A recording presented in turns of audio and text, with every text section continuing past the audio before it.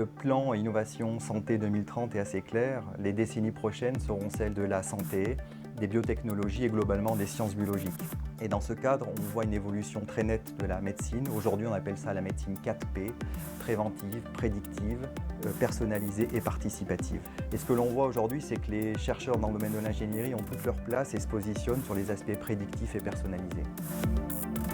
Depuis plusieurs années, de nombreuses années, les universités se sont développées, ainsi que les écoles d'ingénieurs, autour des technologies pour la santé, de l'ingénierie pour la santé. Aujourd'hui, l'École centrale de Lyon, l'INSA, l'Université Claude Bernard Lyon 1, le CNRS sont des acteurs majeurs de ces actions-là. De par la force de nos laboratoires, le nombre de leurs relations partenariales, des startups essaimées, des collaborations avec nos partenaires médecins, des universités de médecine lyonnais, mais aussi nationaux et internationaux.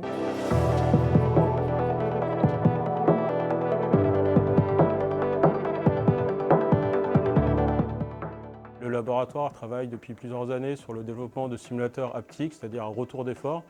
Et nous nous intéressons en particulier sur la reproduction du comportement des tissus vivants pour essayer de retrouver les mêmes sensations qu'en salle d'opération pour permettre aux médecins et aux praticiens de s'entraîner sans risque sur simulateur au lieu de se former sur patient comme c'est fait actuellement. Un des premiers simulateurs que le laboratoire Ampère a développé est un simulateur d'accouchement appelé Bursim. Il a été développé en partenariat avec les HCL pour reproduire le comportement d'un accouchement, que ce soit un accouchement simple, facile on va dire, un accouchement difficile, voire très difficile, pour permettre aux obstétriciens et aux sages-femmes d'avoir une première expérience des efforts mis en jeu pendant un accouchement. Alors l'intérêt de se former sur un simulateur est déjà la disponibilité du simulateur, on n'est pas obligé d'attendre un vrai accouchement pour s'entraîner, donc ça peut être utile pour les internes.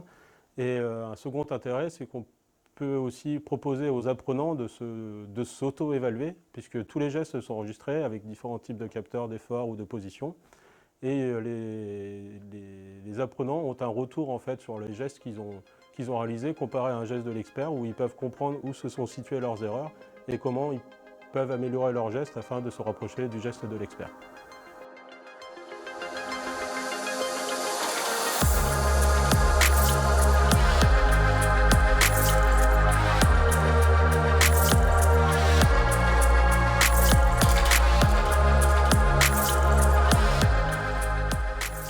Au sein du Carnot Ingénierie at Lyon, un des projets phares pour le futur concerne le RHU, donc Recherche Hospitalo-Universitaire, sur la réparation des valves mitrales. La compétence et l'expertise des laboratoires labellisés Carnot permettent une participation active dans ce gros projet qui concerne bien entendu la santé personnalisée.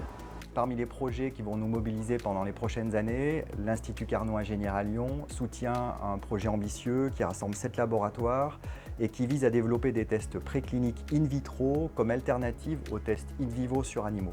Et donc l'idée, c'est d'anticiper le futur d'un biomatériau dans le corps humain, mais aussi d'anticiper quelle va être la réaction du corps humain à ce dispositif médical.